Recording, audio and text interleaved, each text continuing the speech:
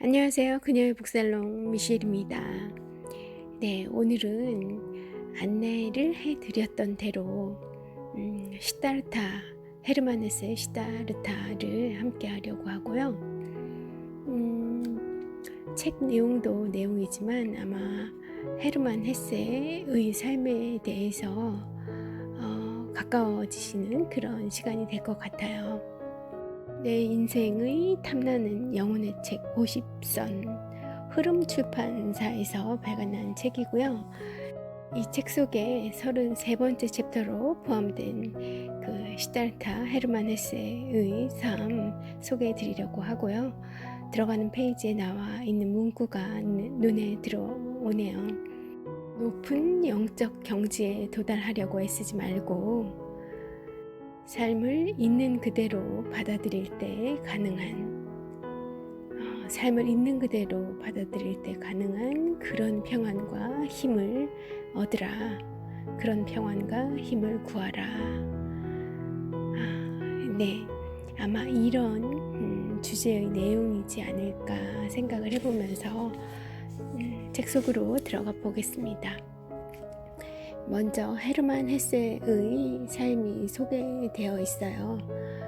1877년 독일 칼프에서 태어난 헤르만 헤세는 18세에 스위스 바젤로 옮겨서 서점 점원으로 일하고요. 초기 작품으로는 페터 카멘진트, 수레바퀴 밑에서 게르트루트 등이 있습니다. 이 수레바퀴 밑에서 이 작품은 많이들 들어보셨을 것 같아요. 1911년 헤세는 인도를 여행하게 되고요. 그리고 1914년 로스할데를 출판합니다. 그가 문학적으로 성공한 최초의 작품은 데미안이었고요. 1919년도 작품이죠. 같은 해에 그는 스위스 티치노 지역의 몽타놀라로 이사를 했고요.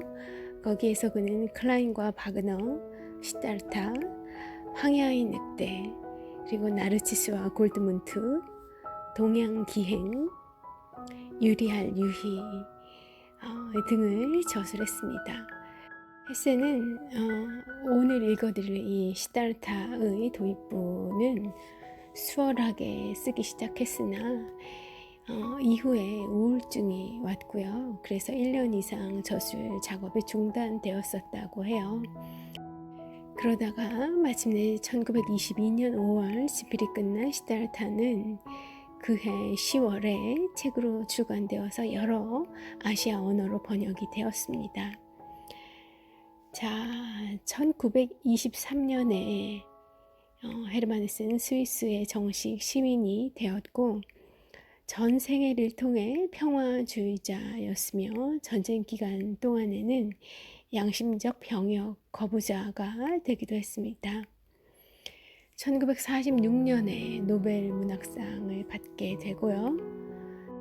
1962년에 사망하셨으니까 꽤 장수하신 편이세요.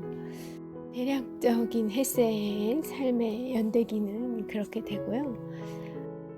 헤세의 작품 중에서 주목할 만한 그 문단 읽어드리면서 시작을 할게요.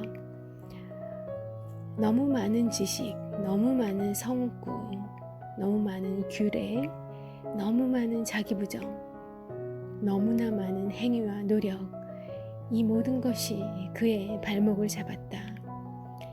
그는 언제나 가장 똑똑하고 언제나 가장 부지런하고 언제나 다른 사람보다 한 발짝 앞서고 언제나 현명하며 영적이고 언제나 사제나 성인이라는 등 아주 오만으로 가득 찼다.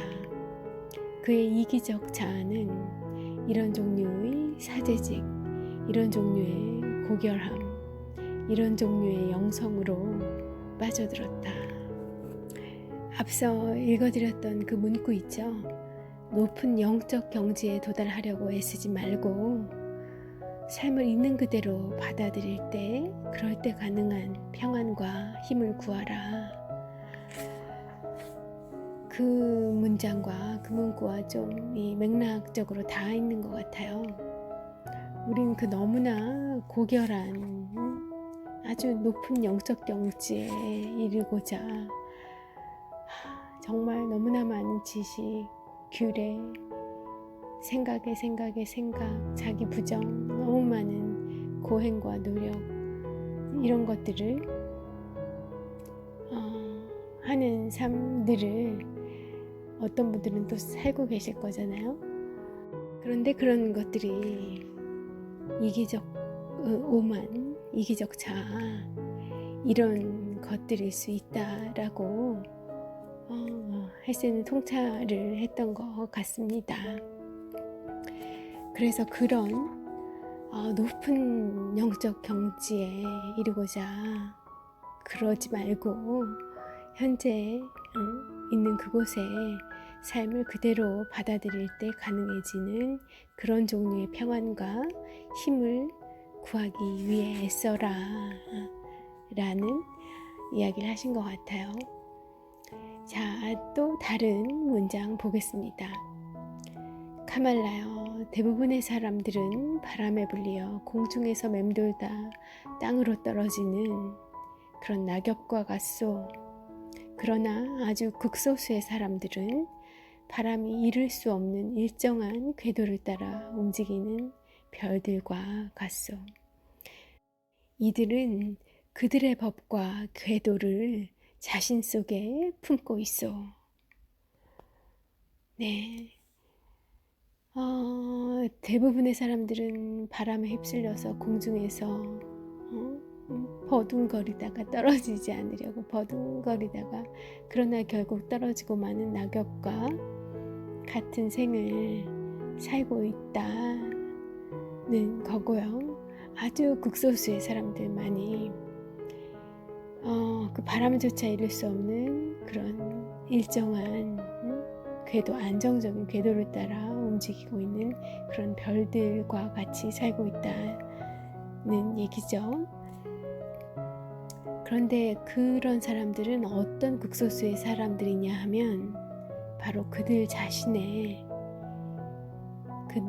속에 그들 스스로의 법과 궤도를 품고 있는 사람들이더라, 그런 얘기시네요. 자, 위대한 작가로 이름을 날리기 전에 헤르만 헤세는 정신분열증에 걸린 부인과 함께 세 아들을 키우느라 고생스러운 삶을 살았다고 합니다. 그러다가 부인의 병이 걷잡을 수 없는 지경이 되자 부인을 요양소에 맡기고 세 아들은 친구에게 입양을 시켰다고 해요.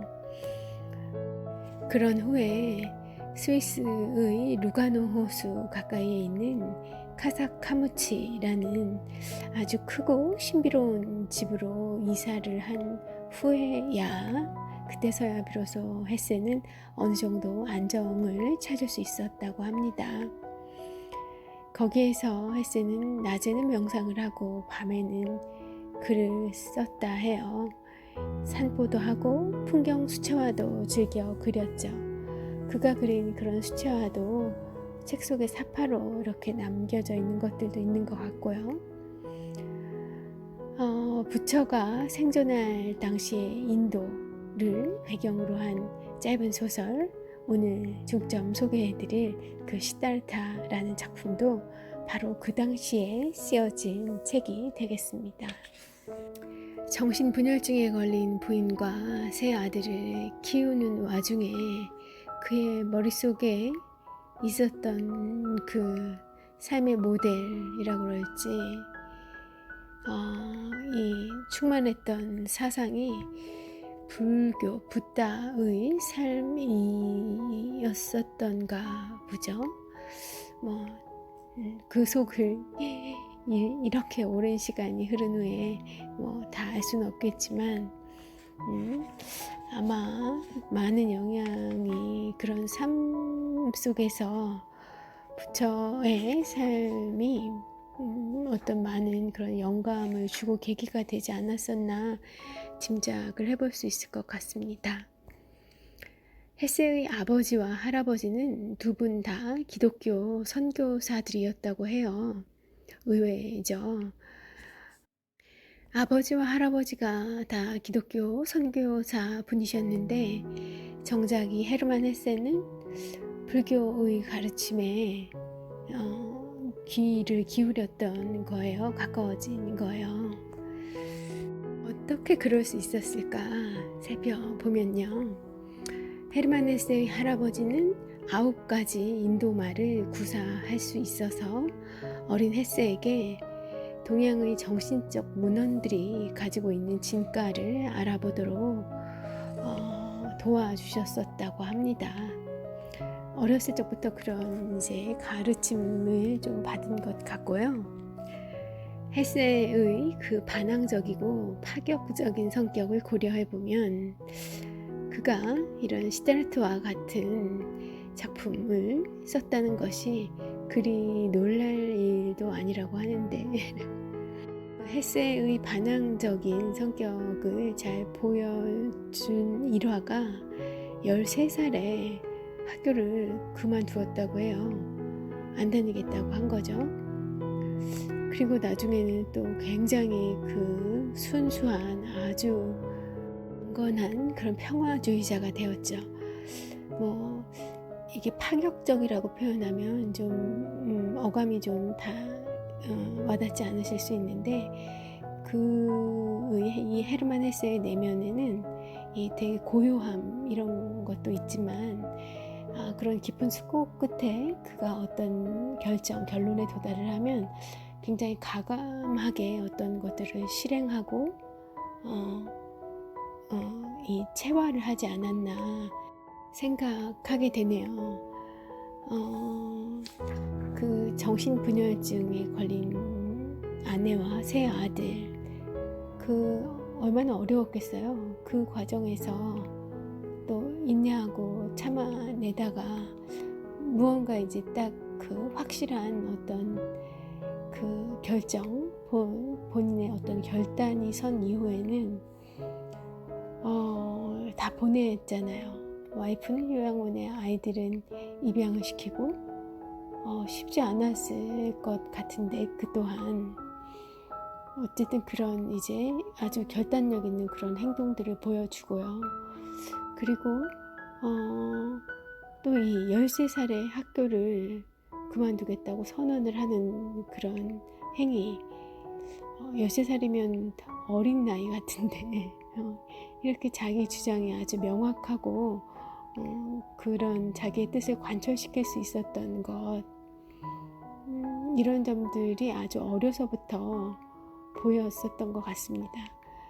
그런 성향이 잘 성숙하고 발전해서 이제 평생을 평화주의자의 길을 걷게 되는 그런 결단과 실행도 또 그 이생에서 우리가 만나게 되는 게 아닌가 싶고요.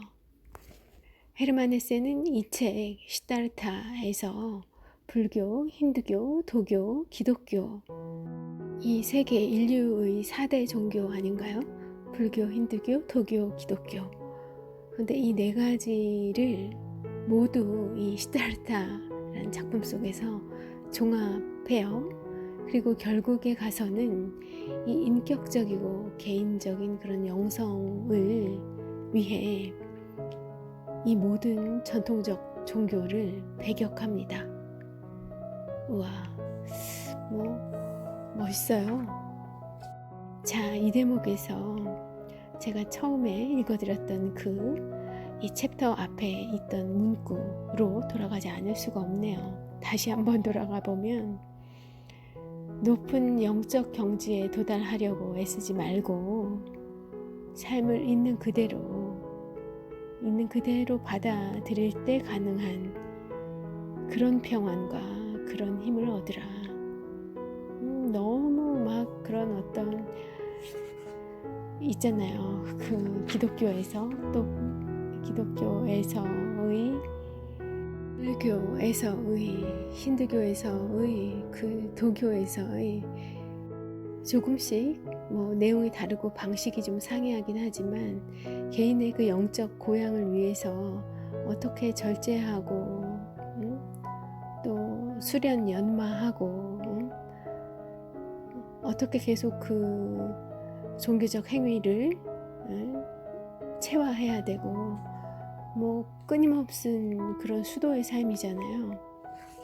근데 그런 그런 행위에 그런 영적 경지에 도달하려고 애쓰지 말고 그냥 현재 우리가 거하는 그 삶을 있는 그대로 받아들일 때 그런 때 가능한 그런 종류의 평안과 우리 안에 우리가 있는 이 공간에 있는 그 자체에 있는 존재하는 평안과 힘을 얻으라. 그것을 구하려고 애쓰라. 그것에 도달하라. 진정한 평안과 힘은 우리가 존재하는 지금 이곳 이 현실에 있다고 이야기하면서 이런 개인적 영성의 고양을 위해 이 사회에서 강하게 추천하는, 권장하는 이런 전통적 종교들, 불교, 힌두교, 도교, 기독교 이런 종교들을 배격한 거예요. 와우. 시다르타가 저는 이제 불교의 부처의 가르침을 따르라 그런 내용인 줄 알았는데 단순하게 그런 내용만은 아니었던 것 같아요. 자, 그렇다면 시다르타의 이야기는 무엇이고 그것이 지난 8, 90년간 사람들의 영적 상상력을 사로잡은 힘은 어디서 나오는 걸까? 알아보겠습니다. 우선 수행의 길을 떠나게 되는 시다르타의 모험을 먼저 헤르만 헤세는 자신의 삶을 투영시키듯 인도 최상층 계급 브라만 학자의 아들로서 어릴 때부터 힌두교에 대해 토의하고 그 교리를 실행하는 일에 몰입했던 시다르타라는 인물을 등장시킵니다. 이 소설의 초반부에서 시다르타는 불안한 젊은이의 모습을 하고 있어요. 자라면서 풍부한 지식을 갖추지만 뭔가 부족한 느낌이 그를 사로잡죠. 누구나 신에 대해서 그리고 존재하는 모든 것의 위대한 하나됨에 대해서 이야기하지만 누가 그것을 정말로 체험했는지 그것에 이 청년 시다르타는 궁금해하게 됩니다. 그래서 아버지의 소원을 버리고 브라만 학자의 아들이었으니 그와 아버지와 비슷한 삶을 살아가기를 아들에게 권했을 텐데요. 그런 이제 아버지의 바람과 소원을 저버리고 어린아이들에게서 발견할 수 있는 그런 순수함을 찾아서 집을 떠나기로 결심하기에 이르러요. 자, 청년 시다르타 집을 나옵니다. 가출은 아니고 출가라고 할까요? 이 시다르타는 스라마나라고 하는 여기저기 떠돌아다니면서 고행을 하는 그런 수행자 집단, 수행자 무리의 일원으로 들어가요. 거기에서 친구인 고빈다와 함께 수행자가 되고 몸에 감는 천 이외에는 아무것도 가진 것 없이 한 번에 몇 주일씩 단식을 하기도 하는 그런 이제 고행의 삶을 살기 시작합니다. 그런 삶을 통해 그는 자기의 모든 욕망을 벗고 그리고 이기적인 자아를 없애버리려고 정진하죠. 그리고 배고픔과 목마름, 피로함, 고통 이런 것들을 뜨거운 마음으로 견뎌내게 되는 그런 상태까지 적응이 돼요. 그렇게 3년이 지난 후에 두 친구 시다르타와 고빈다는 환한 얼굴을 가지고 있다는 그런 전설적 인물, 깨우침을 얻어서 깨침을 얻어서 이젠 삶의 고통에서 완전히 벗어났다는 그런 전설적인 인물 고타마 붓다에 대한 이야기를 듣게 됩니다. 두 친구는 그를 찾아가서 그가 영원한 인과율의 고리로 우주를 설명하는 것을 듣게 되고요. 아주 깊은 감명을 받습니다. 그러나 시다르타는 고통에서의 해방이란 스승의 가르침이 아니라 오로지 자신의 길을 직접 걸어갈 때에만 얻을 수 있는 것이라 믿고 그의 제자가 되지 않습니다. 친구인 고빈다만 고타마 붓다의 제자가 되어 그리고 이제 홀로 남은 시다르타는 홀로 신적인 것의 현현을 체험합니다. 그전에는 이 물질적 세계를 허상이라 무시했었지만 이제 나무의 해와 달과 강에 대해 생각하는 대신 그냥 보기만 합니다. 생각을 멈추고 그저 보기만 할 수 있는 그런 단계에 이른 거예요. 내적 지혜를 발견하려는 수많은 노력이 오히려 세상의 아름다움에 눈이 멀도록 했다는 사실을 깨닫게 된 겁니다. 자, 이 대목에서 제가 또 생각나는 문구가 있겠죠. 높은 영적 경지에 도달하려고 애쓰지 말고 삶을 있는 그대로 받아들일 때 가능한 현재의 그 삶의 그곳에서 가능한 그곳에 이미 존재하는 평안과 힘을 얻으라. 아이들에게서 발견할 수 있는 그런 정도의 순수함을 찾아서 집을 떠나 3년여간 고행을 했는데 깨달은 바가 그거라는 거예요. 그런 거를 깨닫고자 했던 그런 노력들, 그러기 위한 수많은 생각들, 그리고 이 세계에 존재하는 그런 이 물질 세계에 있는 이런 것들을 허상이라고 중요치 않은 거다라고 그것보다는 고매한 정신, 영혼 이런 것들을 찾아서 3년을 헤맨 건데 이 현실을 허상이라 무시했던 것 어떤 그런 고매한 영적인 것을 찾아 그런 것에만 이렇게 눈이 팔려 있어서 오히려 내 안에 숨은 이 우리 현실에 존재하는 그 지혜를 보지 못하고 이 세상에 존재하는 이 아름다운 것들을 이 아름답게 볼 수 있는 아름다움을 깨닫는 그런 눈이 멀어버렸다는 것을 깨달은 거죠.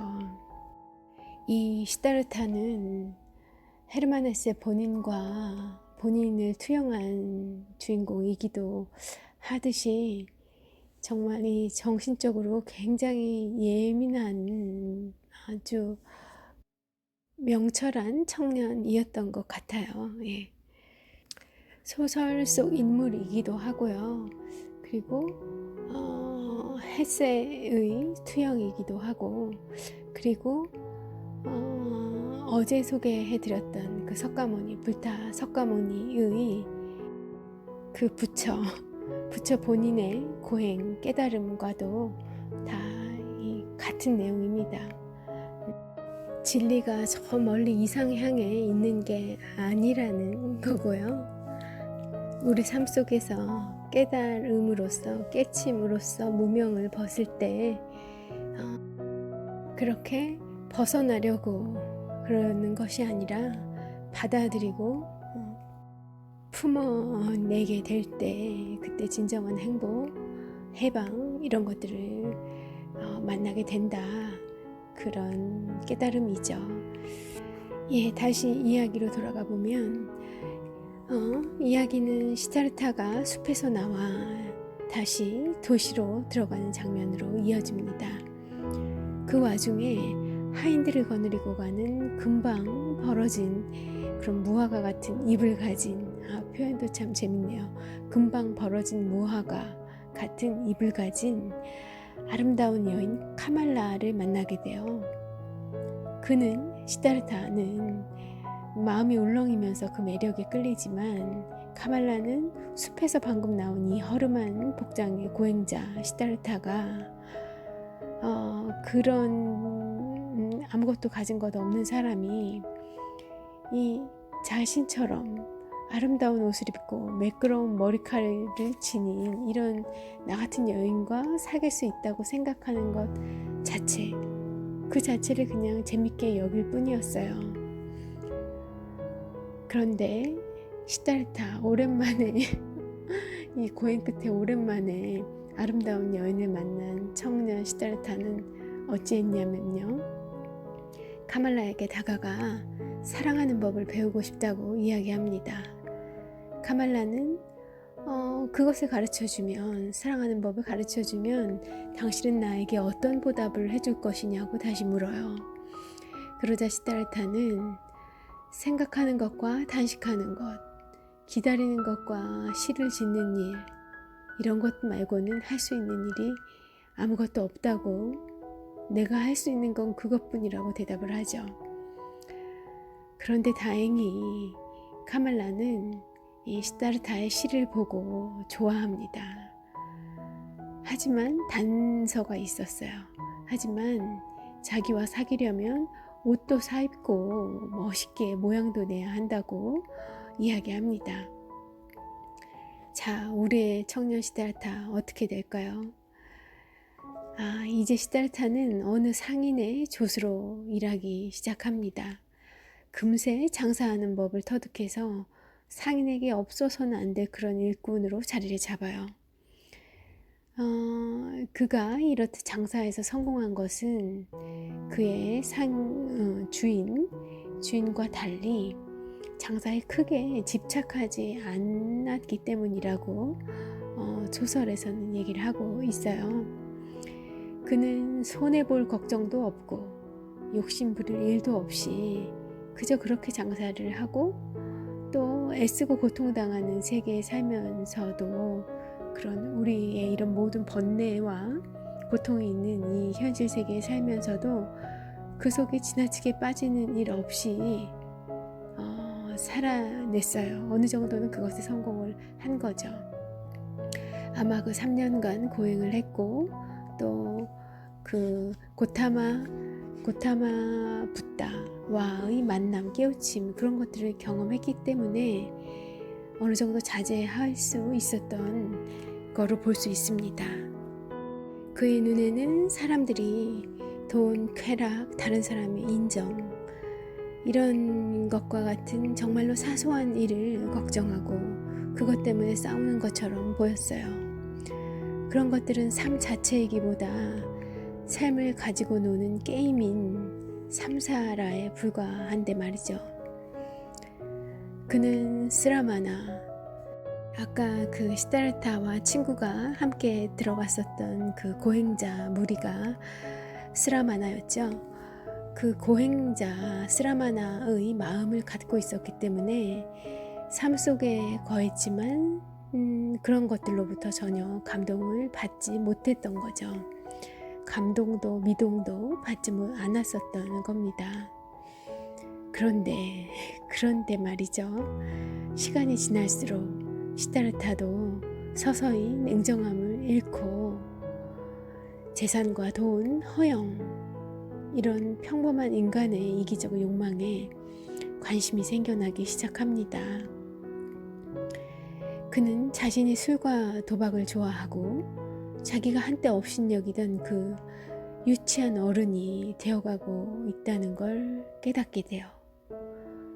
그러던 어느 날 술을 마시고 춤을 추던 그 무휘들과 하룻밤을 보낸 다음에 자기가 누구보다도 더 못난 그런 한심한 인간이라는 사실을 자각하게 됩니다. 차라리 그런 고행자 무리에 들어갔었던, 그런 같이 수행했던 수도의 삶을 살았던 경험이 없거나 고타마 붓다를 만나서 깨침을 얻었던 그 경험이 없는 사람이라면 그런 한심한 생각이 좀 덜 들었을 수도 있겠죠. 그런데 자기는 이제 그런 경험들을 다 가지고 있는데 그런 자기가 평범한 인간의 이기적 욕망에 또다시 빠져들고 있는 그런 못난 인간이라는 사실이 견디기 어려웠겠죠. 우리의 청년 시다르타 어떻게 했을까요? 참담함을 느낀 시다르타는 숲으로 도망가서 죽으려고 합니다.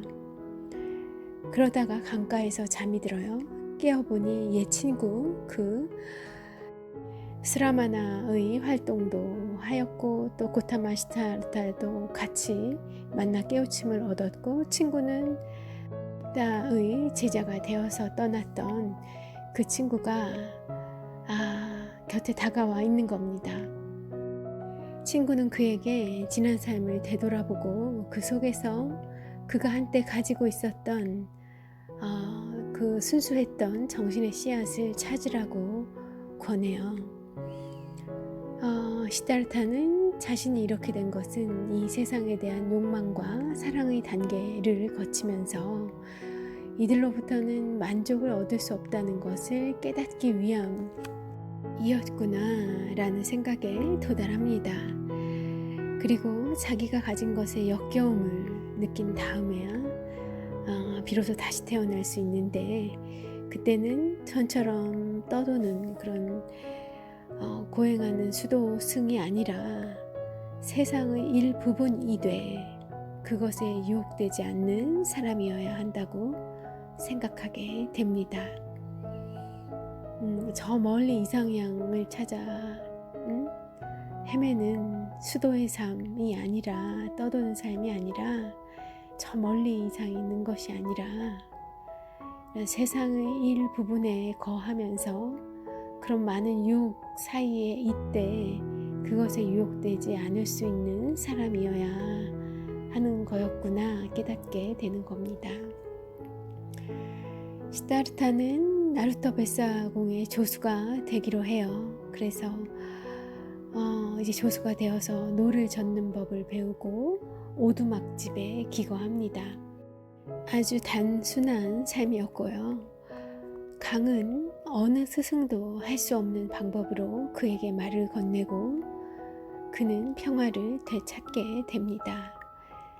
아마 그 삶이 이 헤르만 헤세가 스위스 루가노 호수에서 얻었던 그런 평화 아니었을까 싶네요. 그러던 어느 날 한 여인이 어린 아들을 데리고 임종이 가까이 다가온 부처님을 만나러 갑니다. 이 모자는 그 길에 나루토 이 시다르타가 뱃사공의 조수로 노를 젓고 있는 그 나루터에서 그리 멀지 않은 곳을 지나가게 되고요. 갑자기 여인이 또 독사에 물려요. 이 모자가 울부짖는 소리가 시다르타에게 들려오고 그것으로 뛰어갑니다. 그리고 또 이제 운명적인 해우를 하는 거죠. 시다르타는 금방 그 모자가 누구인지 알아보게 되고요. 그들은 바로 자신의 옛 여인인 카말라와 자기 아들이었던 겁니다. 그 다음에 어떻게 되었는지는 우리 애청자님들의 상상에 맡기고요. 다만 이 시다르타는 아버지가 자기 아이에게 느끼는 그런 아주 단순하고도 강력한 그런 사랑을 배워나가게 돼요.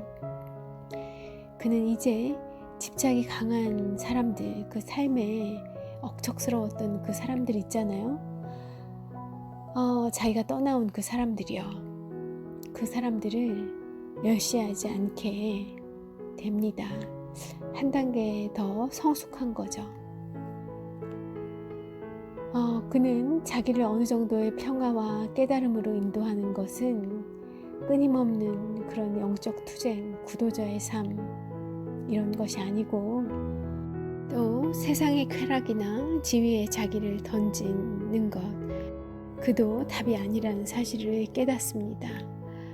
옛 친구 고빈다와 이야기하면서 시다르타는 결론적으로 이렇게 이야기를 해요. 나에게 중요한 것은 세상을 사랑할 수 있는 것뿐일세.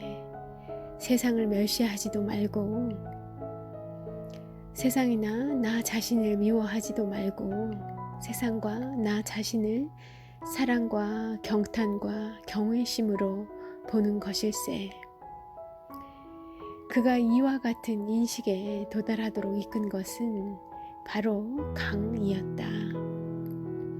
그는 강이 들려주는 천중창에 귀를 기울였다. 그 노래는 목표를 향한 끊임없는 움직임, 몸부림, 고통, 그리고 쾌락 속에 내재한 생명력 같은 소리이면서 동시에 이 모든 것을 하나의 화음으로 만들어낸다. 존재란 개별적인 인간, 장소, 사건, 감정이 뒤섞인 혼란스럽고 어지러운 광란처럼 보일 수도 있지만 결국 그것은 모두 한 물살로 흐른다는 뜻에서 강과 같은 것이다. 그리고 그 하나됨에서 비로소 완벽해진다. 다시 한번 읽어드릴까요? 존재란 개별적인 인간, 장소, 사건, 감정, 이 모든 것들이 뒤섞인 그런 혼란스럽고 어지러운 광란처럼 보일 수도 있지만 결국 그것은 모두 한 물살로 흐른다는 뜻에서 존재란 강과 같은 것이다. 그리고 그렇게 하나가 됨으로써 비로소 완벽해진다. 그 안에 거함으로써 그 안에 같이 존재함으로써 비로소 완벽해진다는 의미인 것 같아요. 자, 우리 청년 시다르타가 성장해가는 그런 아름다운 성장 소설으로 읽혀요. 데미안처럼 말이죠. 그런데 그 청년이 깨우치는 것이 그저 청년스럽지만은 않은 것 같습니다. 아직 삶에 대한 기대와 두려움, 패기 이런 것들이 일로 이 똘똘 뭉쳐있는 그런 청년에게 인생을 어떻게 살아가야 할 것인가, 나는 어떤 삶을 살 것인가, 아니면 무엇에 의지해서 살아갈 것인가, 그런 고민들을 하는 시기를 청년기라고 하면 여러분은 그 청년기 있으셨나요? 저에게도 분명히 있었을 텐데 그런 존재론적인 질문들은 미처 묻지를 못한 것 같아요. 그냥 어느 과를 갈까, 어떤 직업을 택할까, 어느 것이 내가 사는데 더 유리할까, 도움이 될까, 내가 잘 살 수 있을까, 이런 것만 고민을 했지, 사실 이렇게 살아야겠다 하는 삶의 멘토, 아니면 어떤 궤적을 그리는 삶을 나도 살고 싶다, 그런 모델 이런 것들이 없었던 것 같아요.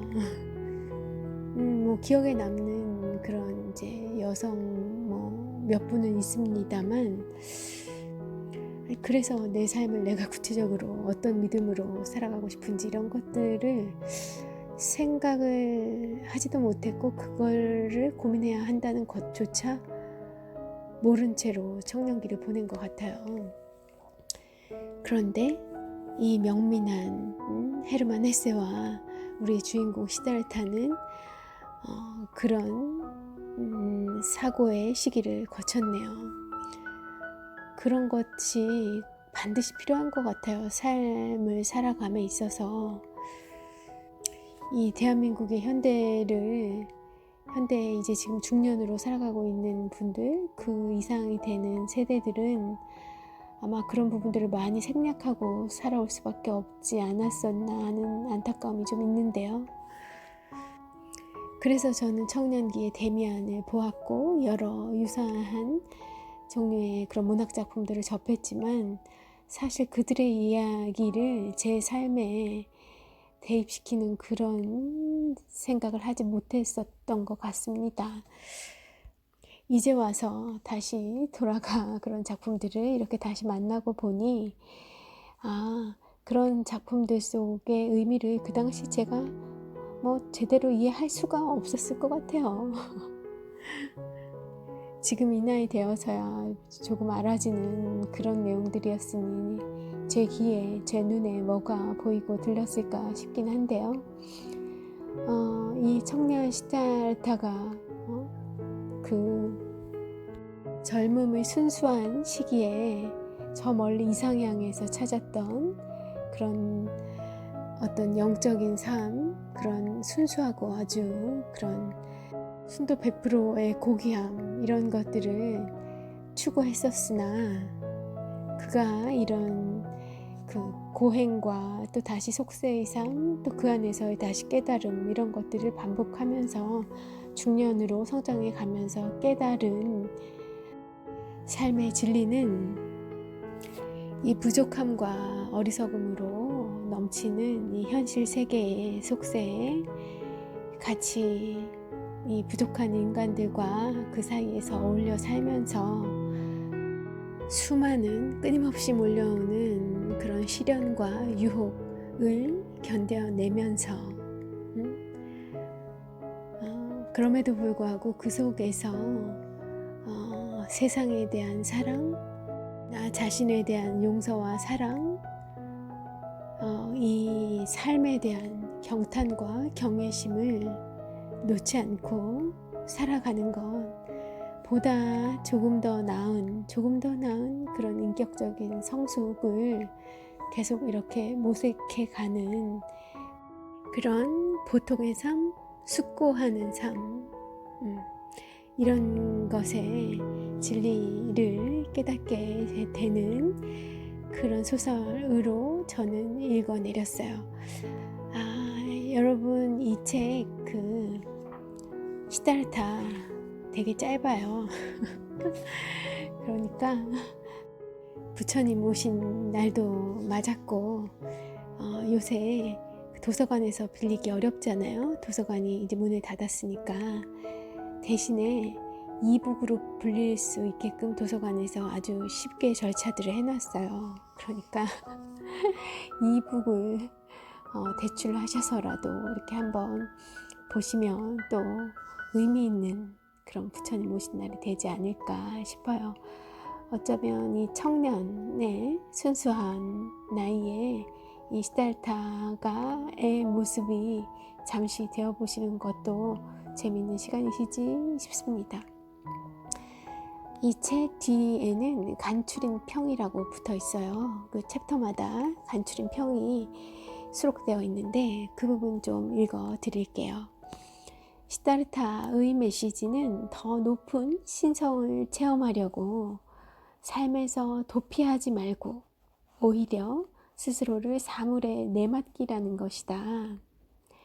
사건이나 생각, 관계들로 가득 찬 그런 우리의 삶은 수없이 파편화된 것처럼 보일 때가 많지만 강둑의 시각에서 보면, 강둑에 서서 이렇게 내려다보는 시각으로 우리 삶을 이렇게 관조해보면 그저 한 줄기로 유유히 흐르는 경험의 강일 뿐이다. 이 큰 하나됨을 인지하고 받아들인다면 자신의 세계에서 허우적거리는 일이 적어지고 더 큰 삶의 흐름에서 정체성을 찾을 수 있게 될 것이다. 이 책이 전하고자 하는 또 다른 메시지는 아무것도 없이 사는 고행도 또는 육감이나 사물, 이런 물질에 빠져서 사는 그런 삶도 심지어는 지성이나 지식을 추구하는 삶조차도 우리가 원하는 영적 발전을 가져다 주지는 못한다는 것이다. 다 이렇게 제가 지금 말씀드린 그런 삶들은 무언가에 대해 집착하는 삶이잖아요. 무엇이 해결해 줄 것이다. 이것만 무슨 깨달음만 있으면, 아니면 저 재물만 있으면, 아니면 저 여성만 있으면, 남성만 있으면, 아니면 내가 어떤 지적인 아주 높은 수준에 이르면 뭔가 해결될 것으로 생각하는 그런 고정관념이나 집착에 사로잡혀 있는 그런 삶들인데요. 그런 삶들은 그런 영적 깨우침 아니면 이제 평화로운 행복과 해탈 이런 걸 가져다 주지 못한다는 거예요. 그것이 아니라 시달타가 발견하고 깨닫게 된 것은 이 니르바나, 즉 열반, 이 열반을 찾겠다는 마음을 포기할 때, 내려놓을 때, 그런 일종의 집착이랄까요? 아니면 어떤 그런 믿음? 뭐 그런 것이 정해져 있을 거다, 이상향이 있을 거다, 그걸 내가 찾겠다, 그거에 도달하겠다, 다른 곳에서 찾겠다 하는 마음을 포기하고 내려놓을 때 비로소 깨달음이 찾아온다는 것입니다. 네, 이 메시지 요약이 나쁘지 않은 것 같습니다. 좋아요. 예. 이 책 시달타는 1920년대에 독일어로 출판되었지만 51년에 가서야 영어로 번역되어 나왔고, 1960년대 미국에서 동양사상과 종교에 대한 관심이 폭발하면서 영향력 있는 베스트셀러가 되었다. 영어 번역자 셰라프 콘이 지적한 것과 같이 이 책은 당시의 자유주의적 그 비획일성의 태도를 잘 반영한 작품이라 할 수 있고, 또 물질주의를 넘어선 삶이라는 이 책의 주제는 시대에 상관없이 여전히 매력적인 것으로 우리에게 다가온다. 이 책이 시대를 뛰어넘는 고전으로 여겨지는 건 이 단순한 산문적 표현, 특히 강의 치유 능력을 그린 헤세의 아름다운 묘사가 빚어낸 결과이기도 하다.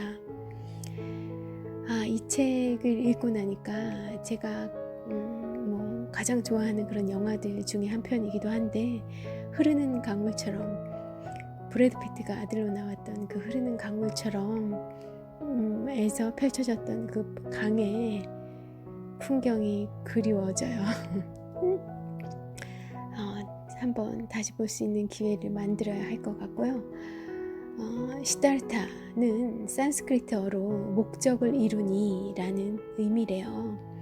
이 책은 헤르만 헤세 자신의 처절한 영적 여정이 맺은 열매라 할 수 있습니다.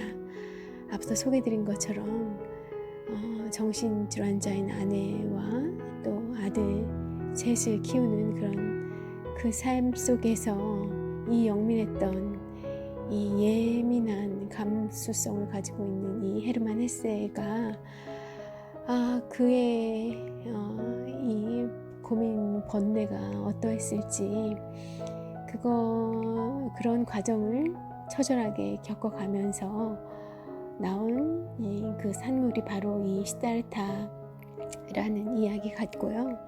우리가 이처럼 고뇌하는 영혼의 아픔을 직접 겪지 않고, 그렇지만 그런 경험에서만 건져 올릴 수 있는 그런 깊은 통찰들을 사유할 수 있는 것은, 그 사유를 우리가 엿볼 수 있는 것은 모두 그런 이들의 덕분이다 라고 맺은말을 전하고요.